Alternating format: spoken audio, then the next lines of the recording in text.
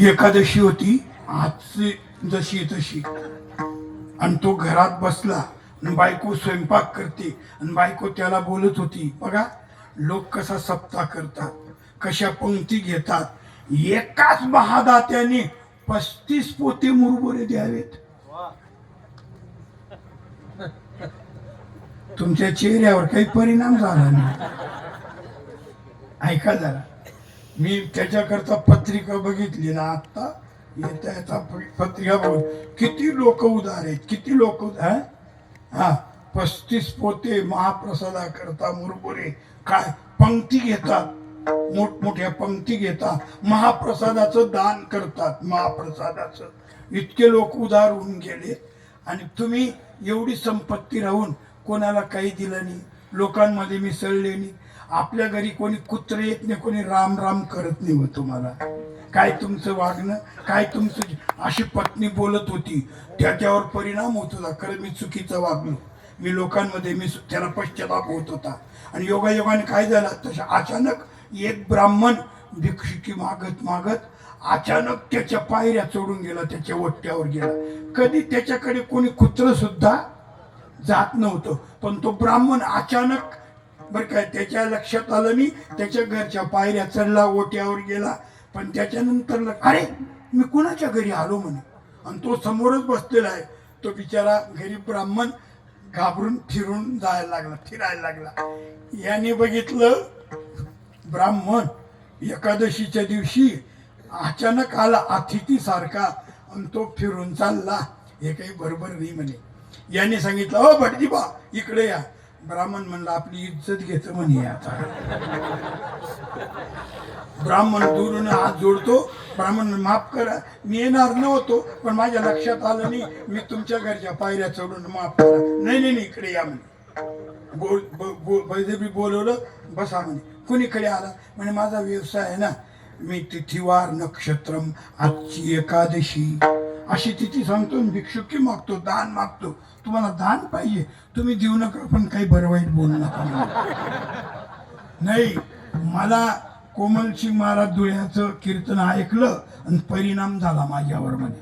मी आज दान द्यायला तयार आहे. मी 2027चं महाप्रसादाचं दान देतो म्हणे मी म्हणे, बरं काय.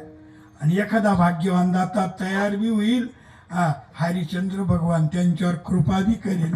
ऐका जरा, एखाद्याला हरिश्चंद्र भगवान बुद्धी देईल, आणि माझा शब्द जर खरा केला ना, अख्ख्या महाराष्ट्रात गुणगौरव करेल, अख्ख्या महाराष्ट्रात. ऐका जरा, हो. मग माझ्यावर परिणाम झाला. तो म्हणतो, माझी बाई बोलली, आज एकादशी, तुम्ही ब्राह्मण आहेत, अतिथी देवो भवो, मला वाटतं दान द्यावं. तुम्ही सांगा, ते दान देईन. काय पाहिजे तुम्हाला, तुमची इच्छा असेल तर द्या, इच्छेनुसार. मी काही सांगत नाही, काही म्हणत नाही. काय दान द्यावं, काय असं करतो, एक गायच दान देतो म्हणे आज तुम्हाला. गाय दान देतो असं म्हटल्यानंतर ब्राह्मण उभा राहून गेला. गाय दान देणार तुम्ही? त्यांचं चिंतन वाढून गेलं. आमच्या खानदेशामध्ये त्याला बन्नी म्हणतात, इकडे उखाडा म्हणता वाटतं. नेहमी जर घ्यायला आलं, काय करतात, काय म्हणतात, तुमच्याकडे कोणता शब्द आहे? आमच्याकडे बन्नीचं दूध म्हणतात, इकडे काय म्हणतात, उखाडा का? हा, रतीब नाही. आता नेहमी जर समजा एखाद्याकडे गाई म्हशी आहेत आणि त्याच्याकडे जर आपण नेहमी दूध घ्यायला जातो, रतीबच म्हणतो. हा, बर रतीब, बर. मग तो म्हणला, जर गाय दान मिळाली, रतीबचं दूध बनवून जाईल, त्या गाईला वासरी होईल, त्या वासरीला गोरे अजून मिळालं नाही. बरं, पण याचे विचार वाढून गेले. ठीक आहे, तुम्ही गाय दान द्या ना, हो, पण मी नंतर येतो, घेऊन जातो असं म्हटलं तर हे बदलून पडेल. जे फोडसमा पुढे येतात ते फोडसात मागं बी येऊन जातात म्हणे. जे काही म्हणतात ना, आता एवढ्या समाजामध्ये एखाद्या वेळेस सहज म्हणेल, महाराजांनी सांगितलं मी शेवटची पंगत देऊन देतो, पण तो म्हटला माझ्याकडून सहज म्हणावून गेलं होतं, असं मागं बी येऊ शकतो. मग आपण असं करू, याला बांधून घेऊ म्हणे. खरं गाय दान देणार म्हणे. हो म्हणे, घे हातात पाणी. हातात पाणी घेतलं, तांदूळचे दाणे, तुळशी पत्र टाकलं. काय म्हणायचा तो संकल्प म्हटला, संकल्प सोडला, दिली गाय. म्हणे मी 1 तासाने गाव मागून येतो आणि मग घेऊन, 1 नाही 2 तासात या गाय तुमची दे, कवा बी घेऊन जा.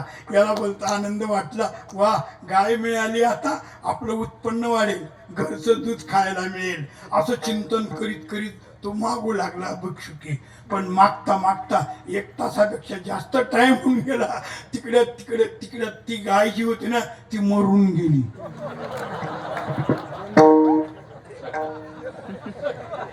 फार लोक वसतात. लोक जर दान करायला लागलेत ना, चिक्कन पैसा देवाला, फाट्टे नोट बुवाला आणि खवूट नारळ दक्षिणाला.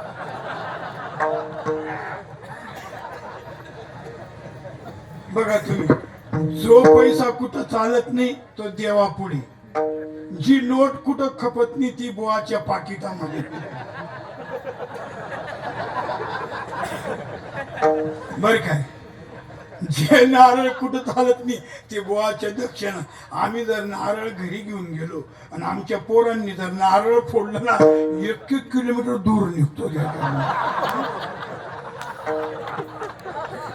पोरं दररोज ओरडतात, दररोज पोरं बोमा मारतात, महाराज एखादी दिवस तुम्ही चांगलं नारळ आणत नाही, आपली का उधारी अडकली.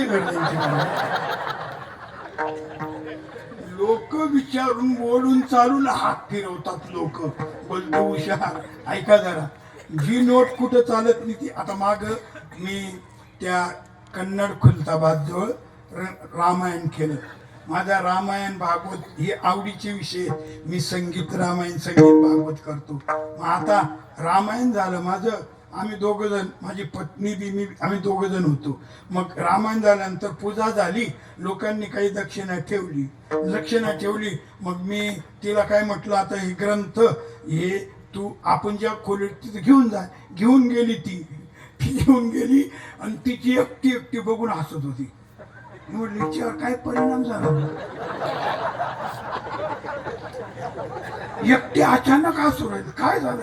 मी दारात एकदम आश्चर्य, म्हटलं एकदम हसू राहिली, काय झालं? ते म्हणे बघा, अर्धी 20ची नोट आहे आणि अर्धी 10ची नोट आहे.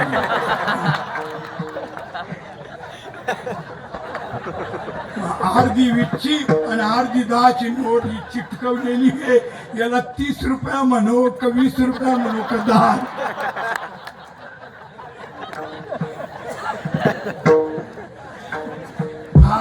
फार अवघड आहे. आपल्याला वाटतं आपण हुशार, पण आपल्यापेक्षा लोक 2-4 किलोमीटर पुढे निघून. बर, मग ऐका, ती गाय तर मरून गेली ना. आणखीन त्या गावात काय पद्धत होती माहितीये का? कुणाकडूवर मरे ना त्याला ग्रामपंचायत मध्ये 100 रुपयाची पावती फाडावी लागत होती.